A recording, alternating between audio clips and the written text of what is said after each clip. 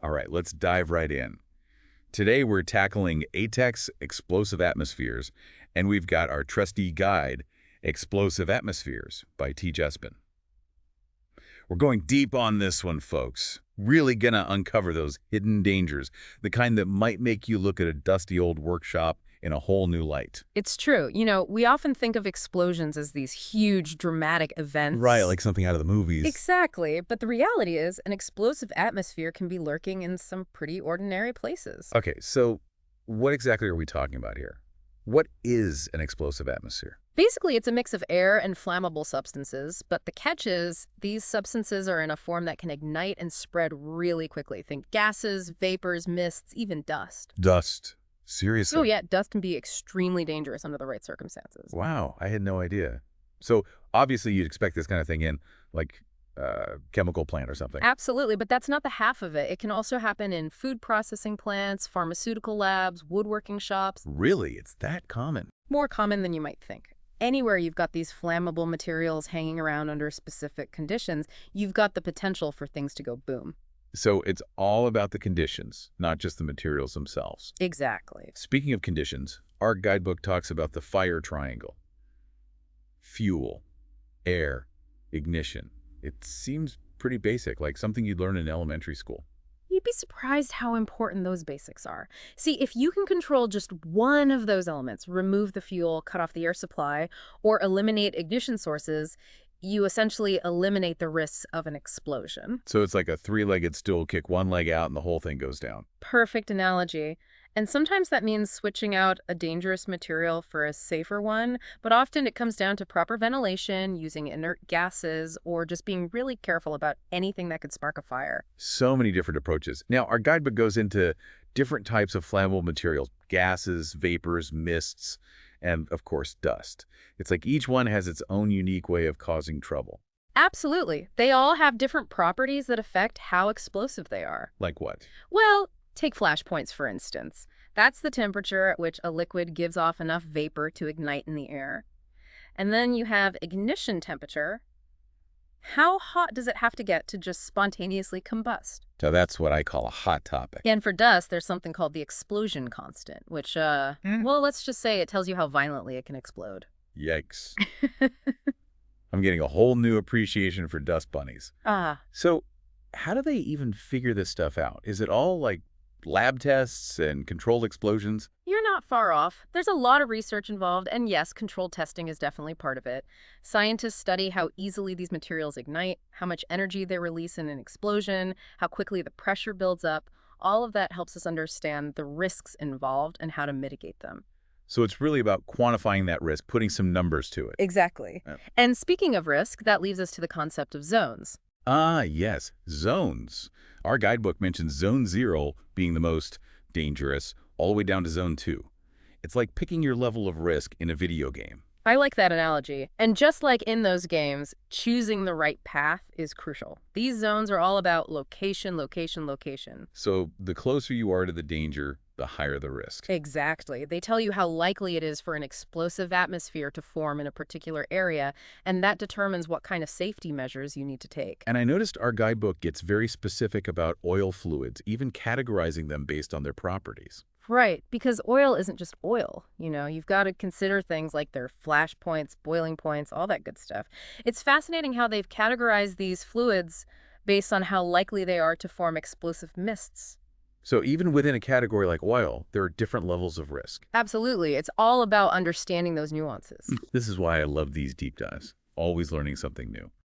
But let's bring this down to earth for a second. Let's say you're a safety manager at a fuel depot. How do you even begin to figure out what zones apply to different areas? Well, let's imagine a road tanker pulling in, ready to unload. The area right around that tanker where those flammable vapors are most concentrated, that's your Zone 0, the red zone. Ground zero for a potential explosion. Exactly. But as you move further away, the concentration of those vapors decreases, so the risk goes down. So that office building way over there, that might be a Zone 2, a much lower risk. So it's about assessing the likelihood of an explosion based on the materials, the environment, all of that. Precisely. You've got to consider all the angles, and that's just the beginning. Okay, so let's say we've identified our potential explosive atmosphere. How do we stop this thing before it even starts? What are our prevention tactics? Well, we've got a few tricks up our sleeves, and thankfully our guidebook goes into some of the most effective ones. Hit me with it. Things like inerting and ventilation. Remember that fire triangle we talked about? Well, we're going to dismantle it piece by piece. I'm all for a good dismantling, especially when it comes to preventing explosions. Right. So let's start with inerting. We're essentially trying to cut off the oxygen supply. Make it impossible for a fire to breathe. Exactly. Reduce the oxygen concentration to the point where combustion just can't happen. Think of it like trying to, I don't know, bake a cake without flour. It's just not going to work. No cake for us. So how do we go about creating this oxygen-free zone? Our guidebook talks about two main methods: flooding the area with carbon dioxide, CO2, or nitrogen, N2. They basically muscle out the oxygen, making the atmosphere inert. Like bouncers at a club, but for oxygen molecules. Yeah. So where will we see this in action? Get this. CO2 inerting is used in coal grinding to prevent dust explosions. Coal grinding. Doesn't sound like the safest place to be. Right, but they pump CO2 into those massive grinding mills to create an inert atmosphere, which keeps those volatile coal dust particles from igniting. Wow, that's actually pretty ingenious. So that's inerting. What about ventilation? That seems pretty self-explanatory, right? Just open a window and air things out. But it's a bit more complicated than that. Too little airflow, and those flammable substances can build up too much, and you risk creating drafts that could actually spread a fire if one were to start. So it's all about finding that Goldilocks zone, just the right amount of airflow. Exactly. It's a delicate balance. We've covered a lot of ground. The basics of explosive atmospheres, how different materials have their own, shall we say, explosive personalities, and the importance of zones in assessing risk. We even dipped our toes into prevention strategies. What's next on our agenda? Well, hold on to your hats because we're just getting started. We've got a lot more to unpack, from the equipment we use in these environments to the psychology behind risk-taking. It's going to be a wild ride. You know, it just hit me. You can't just stroll into a potential explosion zone with any old tools, can you? You'd be asking for trouble. It'd be like bringing, well, the wrong tool for the job, to say the least. You need specialized equipment. Right, the kind that's not going to spark a disaster. Exactly. And that's where those cryptic codes come in, the ones that tell you what level of protection you need. Oh, right. Those codes always seemed a bit like a secret language to me. They do have a learning curve. But once you get the hang of it, it's all about making sure the equipment matches the risk level of the zone. Higher risk equals higher protection. Makes sense, right? Absolutely. And speaking of matching, what about those temperature classes we were talking about earlier? Those seem pretty important when it comes to choosing equipment. Spot on. You can't just throw any old piece of equipment into a potentially explosive atmosphere. You got to make sure it can handle the heat. Literally. Too hot, and things go south pretty quickly. Exactly. Each temperature class has a limit, and you've got to make sure it's compatible with the materials you're working with. Otherwise, boom. And it's not just heat we have to worry about, is it? Our guidebook mentions static electricity. That seems like a sneaky one. It definitely is. It's a silent but deadly threat, especially when you're dealing with flammable liquids or powders. It's like that feeling when you walk across a carpet and touch a doorknob, but a million times worse. It only takes a tiny spark to cause a major incident. And you'd be surprised how many things can generate static electricity. Like what? Give me an example. Well, something as simple as moving powders or liquids through pipes can create static buildup. Even those fuel trucks we were talking about earlier driving down the highway, they can generate static too. Wow, I never would have thought about that. So how do you even begin to control static electricity in these environments? It all comes down to grounding and bonding. You're essentially giving those electrons a safe path to escape so they don't build up and cause a spark. Grounding connects equipment to the ground, providing a way for that charge to dissipate. So it's like those anti-static wrist straps they make you wear when you're working on electronics. Exactly, same principle. And then there's bonding, which is all about connecting different pieces of equipment to keep them at the same electrical potential. So no chance of a spark jumping between them. It's like you're playing electrical matchmaker, making sure everything is compatible. That's a great way to put it.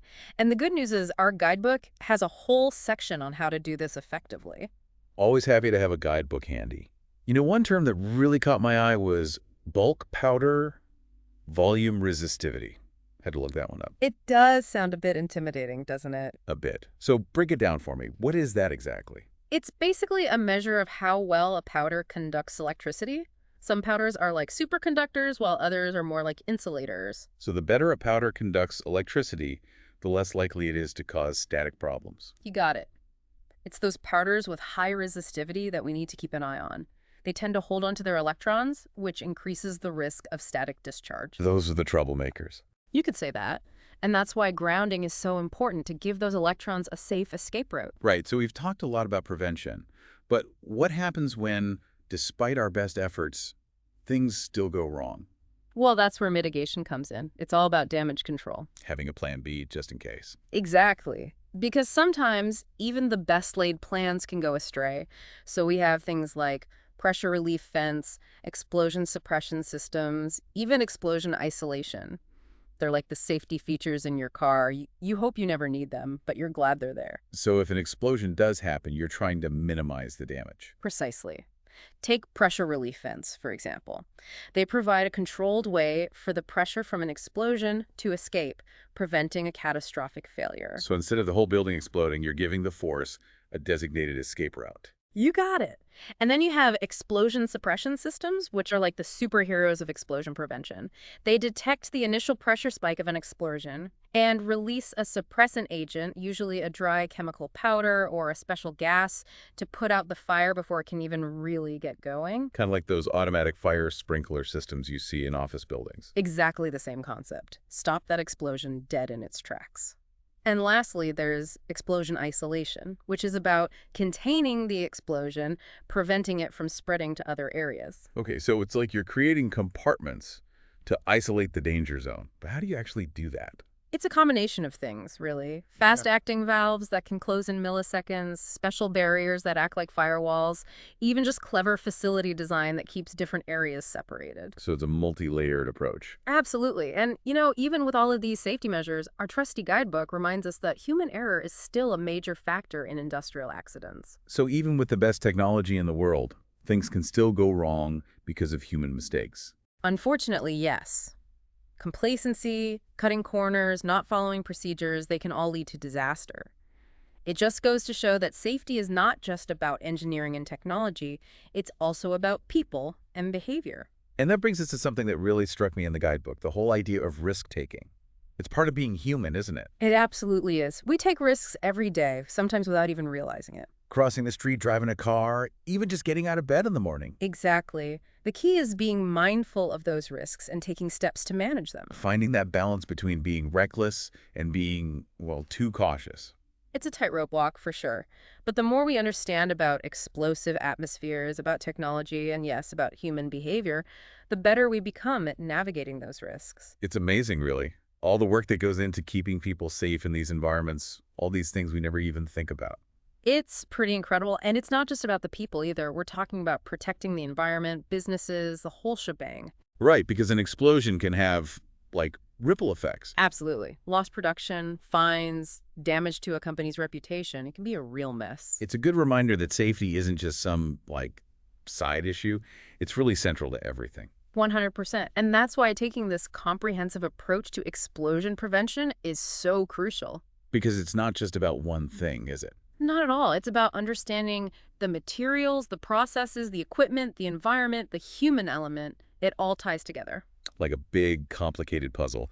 So, as we wrap up our deep dive here, what would you say is the most important thing for our listeners to take away from all of this? I think the biggest thing is to really understand why we have these safety measures in place. It's not about blindly following rules. It's about knowing what those rules are based on, those fundamental principles. So people can make smart decisions no matter what situation they're in. Exactly, because every situation is different. You've got to be able to adapt. Like knowledge is power. That's a great way to put it. It's about empowering people to be responsible for their own safety and the safety of those around them. Well said. We've covered a ton of ground today, everything from the nitty-gritty of explosive atmospheres to the psychology of taking risks. But there's one more thing I wanted to touch on. Our guidebook only briefly mentions the role of new technology in all of this. Oh, right.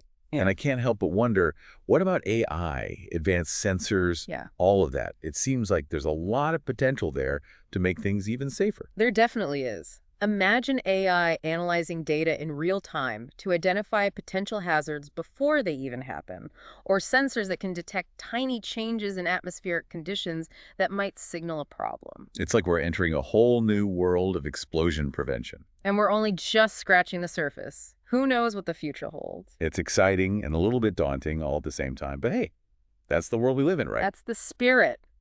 Always learning, always adapting. Couldn't have said it better myself. Well, folks, there you have it. A deep dive into the world of ATEX, explosion prevention, and all the fascinating and sometimes terrifying stuff in between. Until next time, stay curious, stay informed, and most importantly, stay safe.